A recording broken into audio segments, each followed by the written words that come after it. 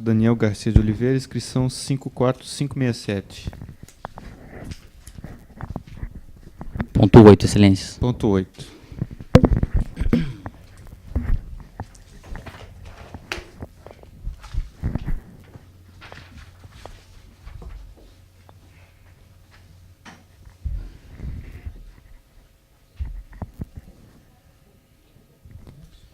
Doutor, diferencia as características do empregado público da administração direta de um empregado público da administração indireta.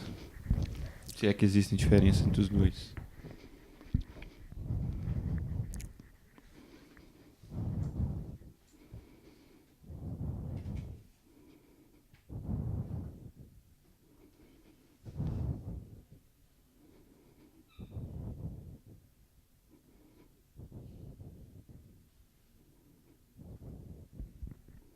Excelências, uma das características do empregado público da administração indireta, da pessoa jurídica de direito público, é justamente a estabilidade conferida segundo a jurisprudência do TST. Há um enunciado simulado ou sedimentado em uma OJ, conferindo-lhes o direito à estabilidade previsto no artigo 41 da Constituição Federal, em que pese algumas críticas, né, doutrinárias a esse respeito. Outra característica diferenciadora diz respeito ao teto salarial. As pessoas jurídicas de direito público, elas são submetidas ao artigo 37, né, e na medida em que são custeadas pelo poder público, em que pese terem autonomia patrimonial, orçamento próprio, elas submetem-se também aos subsídios, ao limite dos subsídios estabelecidos no artigo 37, inciso 11. Já os empregados públicos de empresas estatais, há uma diferenciação à medida, ou na medida em que são custeadas ou não pelo poder público, o que recebem dotações para este custeio. Apenas as empresas estatais, pessoas jurídicas de direito privado, que recebem essa dotação, os empregados são submetidos a esse teto constitucional. Já das outras empresas estatais não são.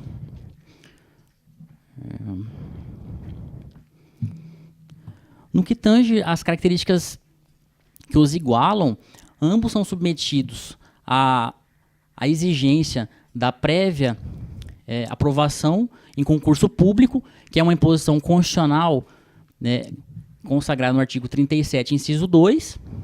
E agora, também, inclusive, o Supremo, empreendendo uma interpretação, entendeu que mesmo os empregados da administração pública direta, indireta, de pessoas jurídicas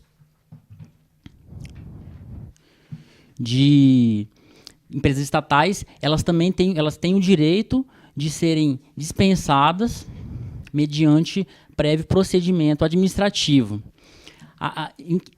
Empreende reformular minha resposta no que tange aos empregados da administração pública direta, né, e da administração pública indireta. Na indireta há essa diferenciação, quando são das empresas estatais, pessoa jurídica de direito privado, e das empresas dos demais entes de direito de personalidade de direito público, reformulando isso. O senhor falou de procedimento administrativo para romper o vínculo. Isso se aplica para a administração direta ou indireta? Se aplica a ambas as esferas, excelência. Então, se um empregado de uma empresa pública for demitido, previamente tem que se abrir processo administrativo disciplinar, garantindo contraditório para a defesa, é isso? Não seria um procedimento administrativo disciplinar, nos mesmos moldes impostos para a administração pública direta. Porém, seria um prévio procedimento para que o ato fosse motivado. Há necessidade dessa motivação. Contraditório, precisa garantir o contraditório?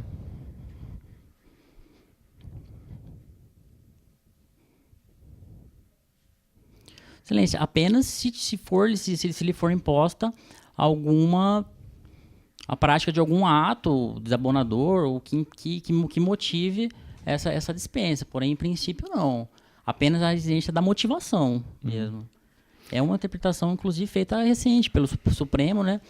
Tanto para exploradora de atividade econômica quanto para prestadora de serviço público, isso daí que você está falando? Isso aplica para os dois? Se aplica para ambos, Excelência. Excelência. Dois entes. Em que pese o artigo 173, parágrafo 1º, inciso 1, impor o regime do que tange as obrigações trabalhistas da iniciativa privada, não fazer essa correlação, o Supremo entendeu, aplicando que o regime justo trabalhista desses empregados seria, no ponto, mitigado, né, para impor essa condição, Excelência. É possível, por meio de um regulamento de uma empresa estatal, estipular uma pena de suspensão de 40 dias?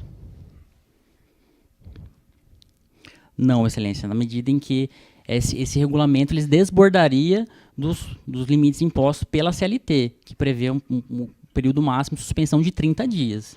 Então ele confrontaria esse choque. Ainda que seja uma convenção coletiva, um acordo coletivo?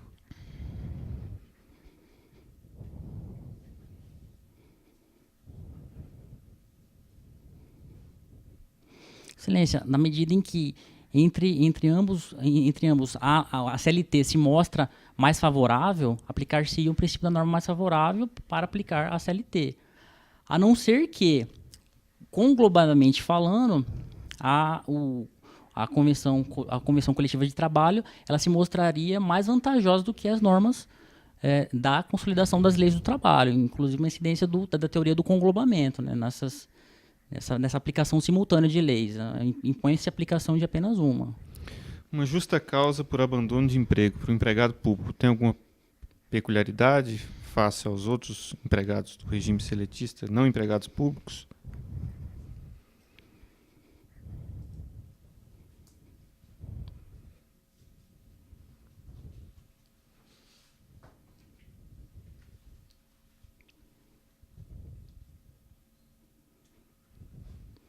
Excelência, seria no que tange, acho que a motivação, né, de dispor, de declinar os motivos. Mas o abandono de emprego precisa de motivação? Salvo engano, precisaria para comprovar a coexistência dos dois elementos que exigem o abandono de emprego, tanto o elemento volitivo quanto o elemento objetivo, que seria o ânimos abandonante de não continuar a prestação, quanto o elemento objetivo. Mas como é que motivaria isso daí? Como é que motivaria nesses dois aspectos? O elemento objetivo qual é? O elemento objetivo seria a não prestação de trabalho num certo lapso. Certo. Isso aí geralmente seria de 30 carece dias. de motivação, certo? Ou precisa motivar isso daí? A motivação é a exposição, a declinação dos motivos de fato e direito. Certo. Então, a motivação deveria haver motivação para explanar a imposição do rompimento de vínculo de trabalho justamente por conta dessa causa, do abandono de emprego. Tá bom. Quais são os efeitos da contratação de empregado pela administração pública sem submissão a concurso após 88? Após 88, a Constituição de 88, a Constituição de 1988, ela impôs, diferentemente da revogada, o requisito da aprovação prévia em concurso público. Então, havendo a contratação desses empregados sem esse requisito formal, o efeito próprio é a nulidade desse vínculo justo trabalhista.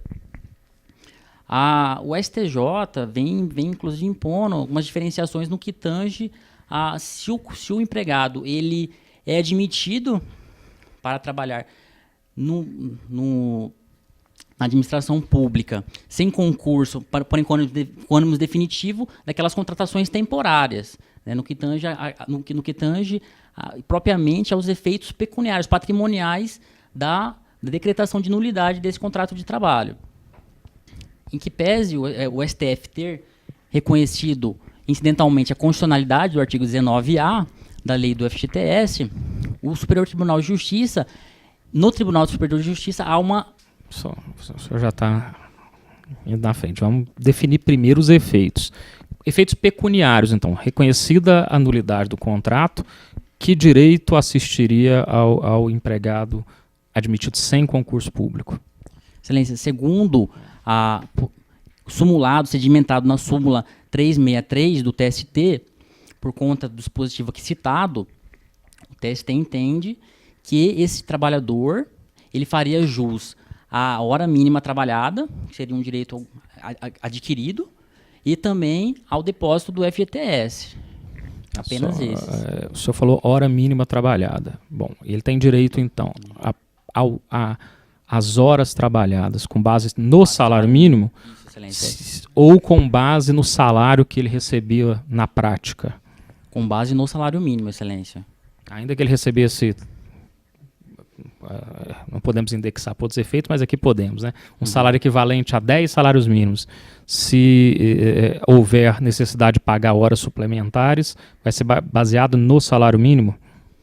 A súmula 363 impõe isso, por conta do que dispõe o artigo 7º, inciso 4, né, que confere a garantia do salário mínimo. Seria uma mitigação a quem defende, ou melhor dizendo, aos efeitos, a teoria das nulidades nos contratos civis, em geral, dos contratos de trabalho. Impõe essa mitigação, né, no que tange os efeitos patrimoniais. Bom, agora o senhor estava falando, eu interrompi sobre o FGTS, o senhor pode prosseguir agora. Ah, tá.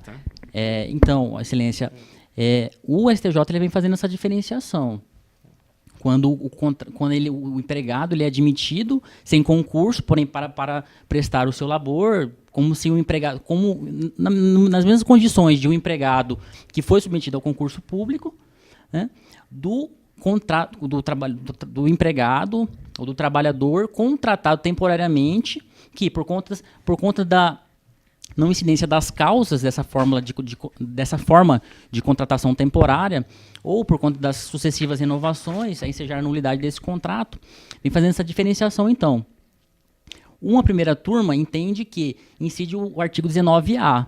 Outra turma, a segunda turma, vem entendendo recentemente que esse trabalhador temporário não faria jus ao FGTS, consagrado no artigo 19A, por conta de não ser uma relação trabalhista, de ser uma relação jurídico-administrativa. Então, não conferindo esse direito. Essa dissidência, inclusive, há de ser possivelmente pacificada no âmbito da primeira sessão. A nulidade do contrato para aqueles que foram admitidos nessa mesma situação antes da Constituição? Nessa situação que eu digo é sem concurso. Sem um concurso.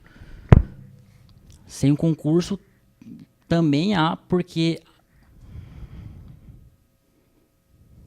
Reformulando, na Constituição revogada não havia a necessidade de contratação, a necessidade de prévia aprovação em concurso público. Reformulando, inclusive, a minha resposta. A Constituição de 88 previa apenas esse requisito formal apenas ao provimento de cargos públicos, não de empregos. Então, os empregados admitidos anteriormente à Constituição de 88... Há de se verificar, na verdade, se eles enquadrariam na hipótese do artigo 19 do ADCT ou não. Conferir estabilidade ou não. Sim, estabilidade é outra coisa. Eu perguntei sobre nulidade. Não foi contratado, vamos esquecer estabilidade por enquanto. Não foi contratado por concurso público, não houve concurso. Quanto à nulidade apenas. Há nulidade ou não há nulidade? Ou depende? Há ou não há? Em regra, há, excelência. Se ele... Há nulidade? Anteriormente à Constituição de 88? Isso, foi contratado sem concurso público. Sem concurso público. Não há nulidade. Reformulando a minha resposta, na medida em que a Constituição revogada não impunha essa... Não há nulidade para qualquer um, ou para não haver a nulidade, também é necessário que ele estivesse em exercício há mais de 5 anos. Para que não haja nulidade, a partir da Constituição de 88... É preciso que ele se enquadre na hipótese do artigo 19A. Se esse trabalhador não se enquadrar, melhor dizendo, o vínculo dele tivesse antes de menos de 5 anos, antes da promulgação da Constituição de 88, o contrato de trabalho dele, supervenientemente, tornar-se nulo por conta da inexistência de concurso público, excelência. Então, o artigo 19A da Constituição, ele regula não apenas a estabilidade, também a validade do contrato. É isso? O senhor entende que lá no 19, aquele requisito dos 5 anos de exercício, ele diz respeito também a validade. Para que o contrato seja válido, para que ele não seja nulo, seria necessário que ele estivesse há 5 anos, pelo menos, em exercício, para que ele não seja nulo. Aí o contrato não seria nulo e ele seria estável. É isso que o senhor está dizendo? É isso, excelência. Ok, obrigado. Obrigado, eu que agradeço. Bota.